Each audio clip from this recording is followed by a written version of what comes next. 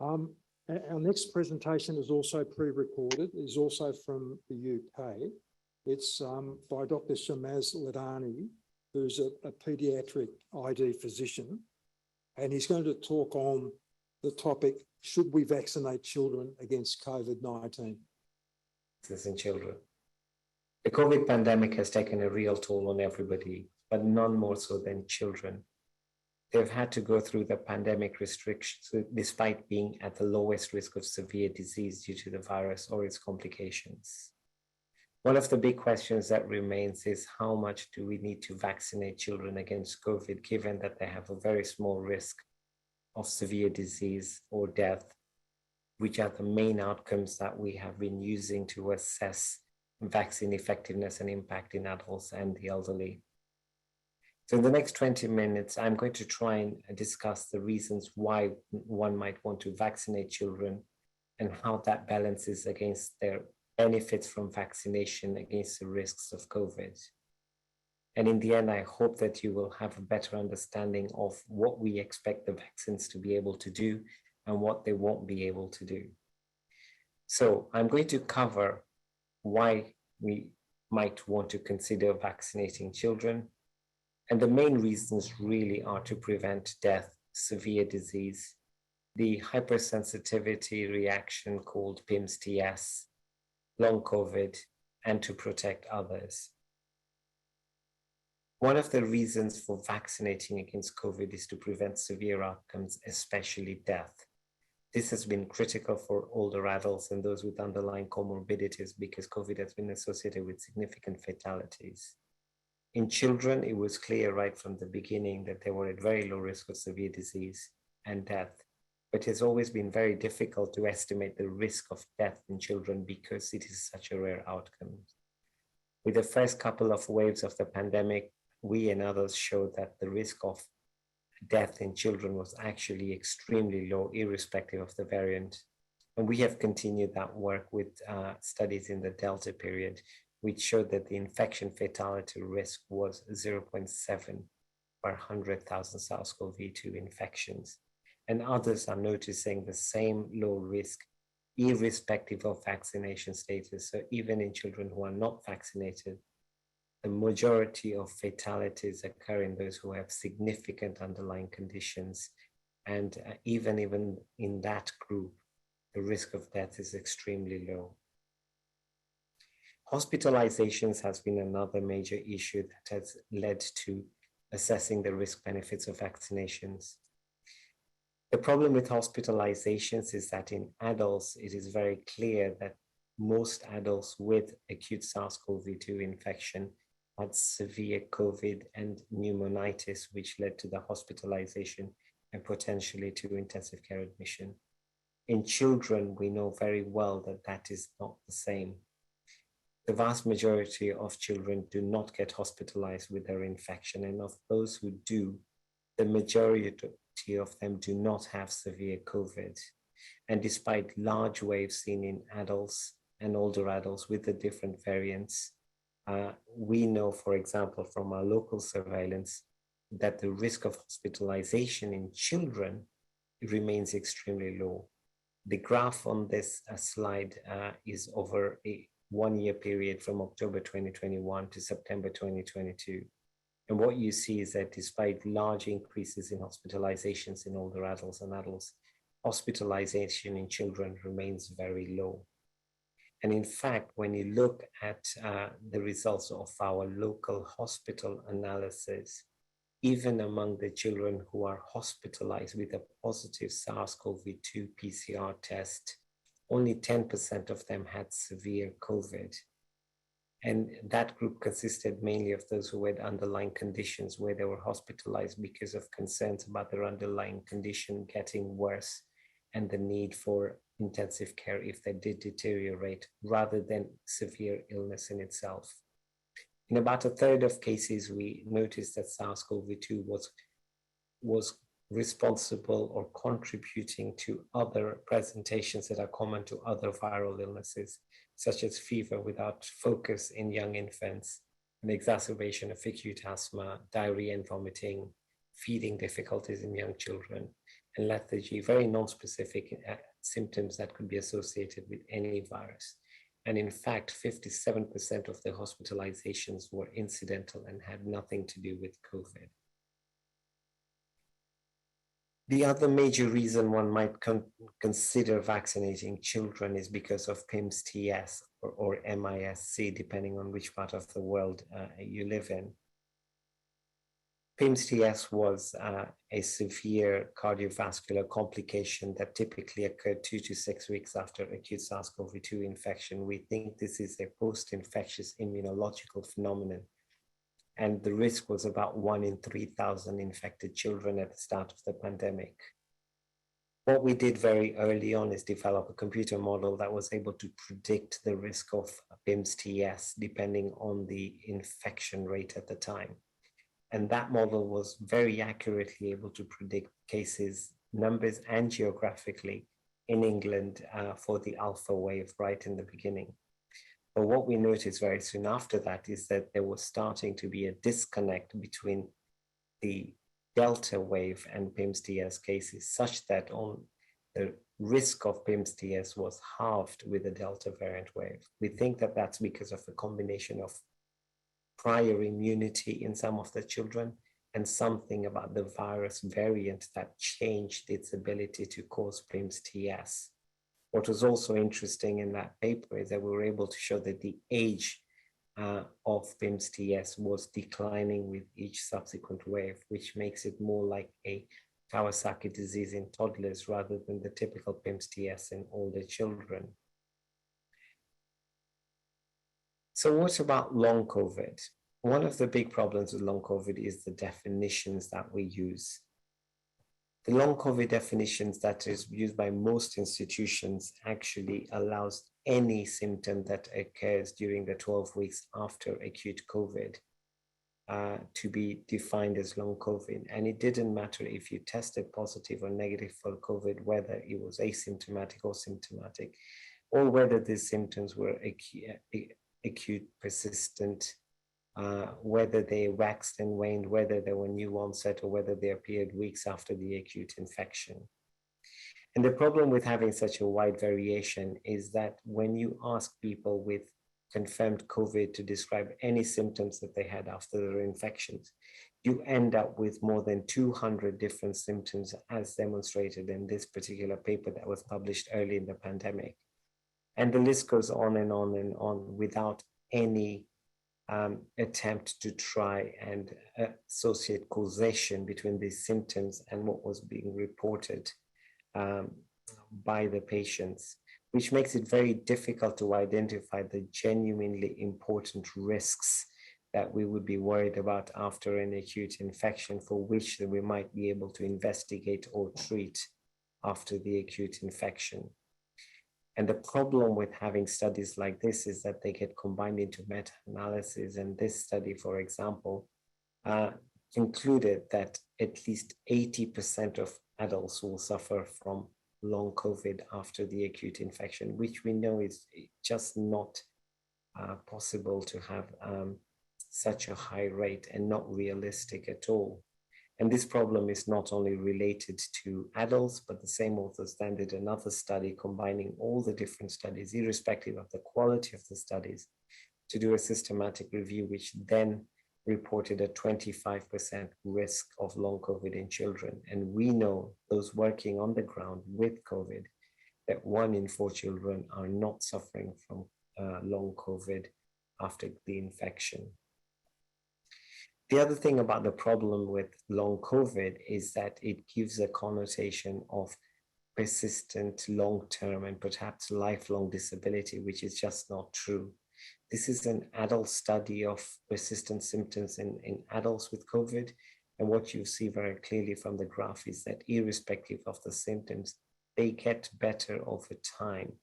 And while it is true that some symptoms may take longer than others, what you see is a gradual improvement with time, which is generally missed out by those who are propagating the severity of long COVID. So just to try and understand long COVID, we have been conducting a case control study in the UK called the CLOCK study, where we've been following up PCR positive teenagers who are matched to PCR negative teenagers by age, sex, and region. And what we do is every 3 to 6 months, we ask them to complete a questionnaire about their symptoms and their well-being. And what was really interesting is that in the last round, which was at 12 months, when we asked them about their symptoms, we broke down the symptoms into 3 groups: those that were increasing in prevalence over 12 months, those that were same prevalence, and those that were declining prevalence. And the 2 symptoms that were increasing in prevalence since the PCR test was shortness of breath and tiredness. But what you find is that when you actually look at which children are reporting these symptoms, what you see is that those who are reporting shortness of breath, for example, at the time of their illness, all improved by the time they reported the symptoms at 6 months and 12 months. And then at 6 months, you get a new bunch of children who report the same symptoms, but these children get better by 12 months, and then a new bunch of children at 12 months report these symptoms. And what is really interesting is that you see exactly the same pattern, and it didn't matter whether they were COVID positive or COVID negative, the trends remain the same, suggesting that these symptoms that we're measuring first are not in the same group of children over time. And second is, if you are seeing them occurring at 6 months and 12 months after infections, then they're unlikely to be related to the SARS-CoV-2 infection. And it's probably that most of the symptoms are just common symptoms in teenagers who do feel shortness of breath or tiredness, which is the other symptoms. And that gradually gets better over time, and it has nothing to do with infection. It's just about being teenagers. And what you do when you look at those symptoms with decreasing prevalence, you see the same pattern irrespective of what symptom you're talking about. And perhaps one of the more important findings is that if you look at the loss of smell, which is in the top right-hand corner of the screen, what you can see very clearly is that those who were COVID positive had loss of sense of smell up to 25% during the acute infection, but most of them got better by 6 months and even more so by 12 months. But the control group had hardly any of loss of smell symptoms, which gives us confidence that actually our control group are mostly children who had not had COVID by that time. And yes, there was a little bit of spillover of cases in the control group because you can see some loss of smell. The overall trends that we're measuring is likely to be genuine in those with and without COVID. So then the question raised that comes out of this is, what does it all mean? And I would strongly suggest that if you haven't done so, there is a brilliant editorial written by Dr. Reiter in a recent editorial in Lancet Child Health, responding to a case control study in children. And this editorial very nicely summarizes our understanding of long COVID in children, or at least what we are trying to measure.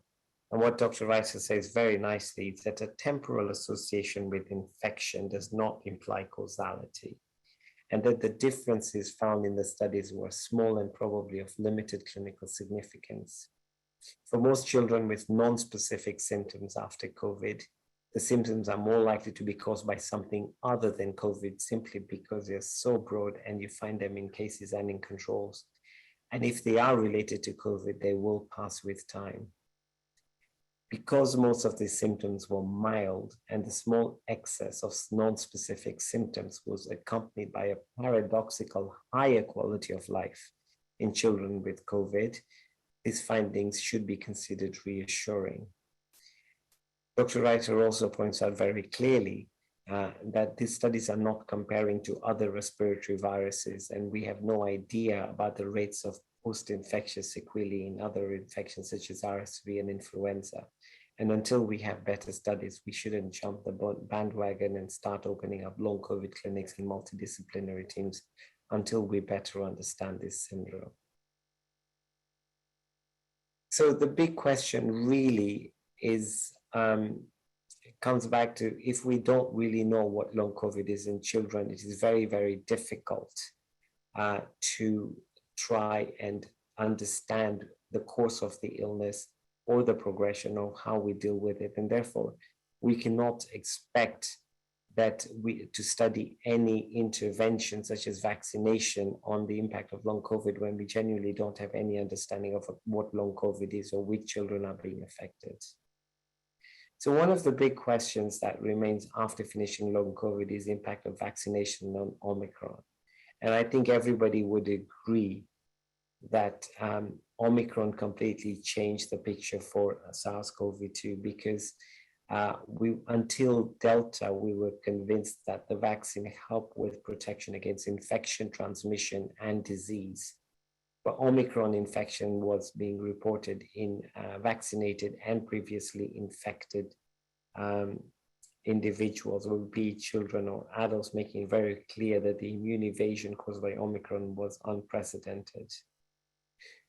So what do the vaccines do and what don't they do? And with Delta infections in the UK, we were able to show in teenagers quite nicely that you do get a really good vaccine impact and protection against symptomatic COVID with the Delta variant. But after a peak at about 2 to 3 weeks, we see a decline in the protection offered against infection. We see this in teenagers, and it was actually not that different compared to the adults, where we're also seeing declining protection against Delta infection. And what we saw with the Omicron infection was even more, because we found that the protection as Omicron was really low. And by 20 weeks, there was little or no protection by the mRNA vaccines against Omicron infection, as you can see on this slide. And the other interesting fact that came out of this is that we realized very quickly how fast Omicron spread in children, such that by the end of March 2022, the vast majority, more than 80% of primary school students and more than 95% of secondary school students had antibodies against SARS-CoV-2, either because of vaccination or prior infection. And this is a complicated study that was recently published in Lancet Infectious Diseases, but it showed something that I think we were all aware of, is that if you do not have any past infection, then with Delta, you got some protection through vaccination after the first dose and very high and consistent protection after the second dose, especially if you've had previous infection with wild type Alpha or Delta. But when you start looking at Omicron infections, then if you've had no previous infection, then the vaccine provided very little protection against Omicron infection. And even after 2 doses, the protection that you did get was very short-lived and waned very, very rapidly after 2 or 3 doses. And when you did get prior infection with wild type Alpha or Delta, you got much better protection from vaccination if you're previously infected. But even that too was not as good as Delta and waned over time, as you can see in this graph. And what is really interesting is that in children aged 5 to 11 years, you see the same pattern again. You see some protection being offered by the vaccine, and it's actually only about 30 to 40% after 2 doses in 5 to 11-year-olds, and that waned over time. And when you look at the risk of severe disease, what you find is that the rate of severe disease in children is so low, irrespective of their vaccination status, that you do have to question the added value of vaccination in children, especially if they've already been previously infected, because the reduction in hospitalization rates is absolutely tiny. And I was lucky enough to write an editorial against the Italian paper, and I did make exactly the same point, that actually, because of these small risks, we have to question the added benefit of continuing to vaccinate children when the benefit is that limited. And what is really interesting is that another paper publishing the Qatari experience in 5 to 11-year-olds produced some very similar findings. And you will see from the graph that the vaccinated group does have a slightly lower risk of infection, but that risk reduction is very limited in this age group. And most importantly, is that the protection waned very, very quickly after vaccination, which means that all vaccination is doing is delaying the acquisition of infection by a few weeks to months. And what was interesting is that the Qatari paper concluded, based on this information, that our findings suggest the need to reconsider the value and strategies of vaccinating healthy children in the Omicron era with the use of currently available vaccine. But if you compare this to a study that was published in the United States under very similar lines, what they found is that previously infected children had higher vaccine effectiveness compared to uninfected children. But the big point of it here was that prior infection produced quite a robust protection against reinfection, especially against Omicron. Vaccination did help increase that protection for a short duration, but that was of limited protection. And what you see over here is the difference between in protection between those who were previously infected and uninfected. And this paper, unlike the Qatari paper, concluded that in the United States, the rapid decline in protection against Omicron infection provides support for booster vaccination. And the strategy for the United States is to keep boosting children while other countries are reconsidering their recommendations for vaccination. And hidden within that paper, which is really often not appreciated, is taking into account that one of these graphs is weeks after the first dose of vaccine and the other graph is months after prior infection. What you can see is that prior infection is most likely to provide you much longer protection against hospitalization compared to vaccination itself, which is likely to wane. So in conclusion, what our understanding of COVID shows is that children are lucky to have a very low risk of severe or fatal COVID since the beginning of the pandemic. They develop very robust and long-lasting immunity after SARS-CoV-2 infection, which does help them to different degrees protect against reinfections, variants, and severe disease. PIMS-TS is now extremely rare since the emergence of the Omicron variant. Long COVID is real, but extremely rare in children, most likely well below 1%. But we do need better definitions to understand risks and outcomes. Vaccinating children will protect against severe COVID, but it provides limited protection over a very short period of time against infection, mild disease, or transmission. What we need to do is balance the limited healthcare resources we have to optimize healthcare outcomes when considering vaccination of children against COVID. We also need better vaccines to prevent infection and transmission for children. This is clearly not my work. There's a whole team that works very hard behind the scenes, and I would like to thank you for your attention. I really enjoyed the presentation, but another issue which is probably much more controversial is school teachers and kids with grandparents all worry about getting COVID from children. And I know that hasn't been a discussion of your talk, but it's another factor.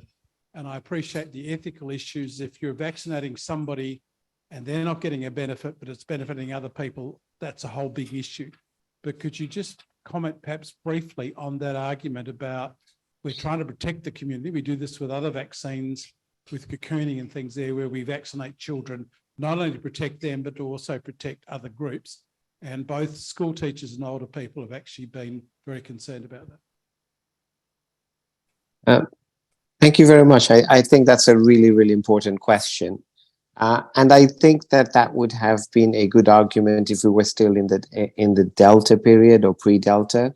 Omicron has changed that completely, and we know very clearly that neither vaccination or prior infection with a pre-Omicron variant helps protect against infection or transmission.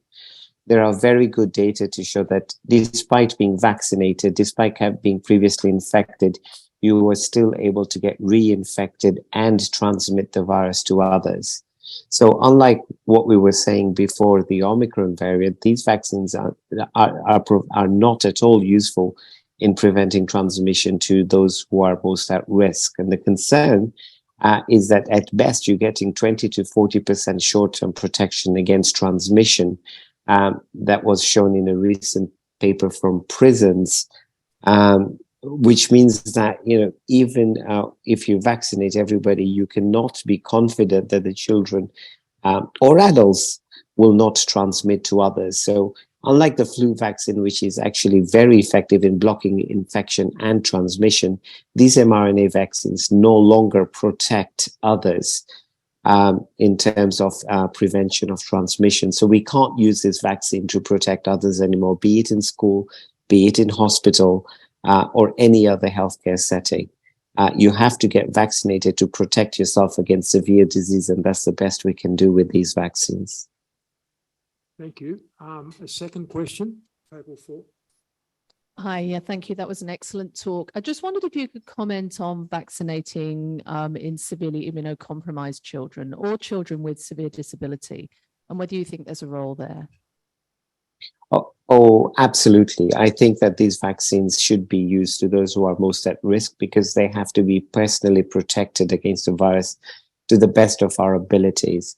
I think the issue that we're forgetting is that, the children that are severely affected by this virus are not specific to COVID. It's the frailty that they have, be it because they are severely immunocompromised or because they have severe neurodisabilities, that puts them at risk of any severe illness that that they can succumb to. At the moment, there's a lot of SARS-CoV-2, so that's the virus that they might succumb to. But as this virus becomes endemic, these children will be susceptible to all the other viruses that were there as well. So I think SARS-CoV-2 will just become one of the other viruses. So no matter how well we do with preventing SARS-CoV-2, some children will get severe and fatal COVID because they're just in that position in life because of their severe life-limiting disabilities where vaccination or any other mitigation may not protect them. But until then, we have a vaccine that it provides a very robust immune response. And what the UK is moving towards is to have a vaccine program for the elderly. And the same vaccine will then be used in those who are high risk of severe COVID, irrespective of their age. So what we'll do is whatever decisions are made for the adults with underlying conditions will then just continue to children essentially from birth. So a child with chronic heart disease, for example, or severe neurodisabilities would be in a high risk groups and be offered the COVID vaccine, just like all the other at-risk children and adults. Thank you. There's one more question from Professor Alan Cheng, who's an adult ID physician from the Alfred Hospital. Thanks very much. I was actually going to ask the same question as Katie, but I'm actually just wondering whether you'll use the bivalent mRNA vaccines in children in the UK. So at the moment, what we are doing is we're sort of in a transition phase at the moment. The JCVI in the UK recently recommended against recommending healthy children, against vaccinating healthy children in the UK. We have never recommended a vaccine for the under 5s so far. And we now know that more than 95% of them now have SARS-CoV-2 antibodies because of previous exposure. So the question is, would there be any added advantage in vaccinating them if they've already been exposed to the virus? And the evidence for that is very limited. But in terms of going in the future, I think the way we're going to move is basically offer the same vaccine to everybody, irrespective of their age. So whatever we use in adults will be what we use in children. Clearly, the issue that we have, and I think the whole world has, is that we're always 3 steps behind. So we were vaccinating everybody against BA1, BA2 when BA4 turned up, and now we're going to vaccinate everybody against BA4 when there's an XB 1.5 coming through. So it looks like we're always a step behind with our vaccine compared to the previous waves, and we need to be smarter about how we go about vaccinating future cohorts, because it sort of seems a bit defeatist to try and vaccinate them against a wave that they've just been through. So I don't know what the answer is. There are loads of new vaccines coming up. There's new technologies with SARS-CoV-2 vaccines, and it's possible that they may provide better alternatives than the mRNA vaccines that we're using at the moment, but time will tell. Yes, thank you for your time and for your presentation. Thank you.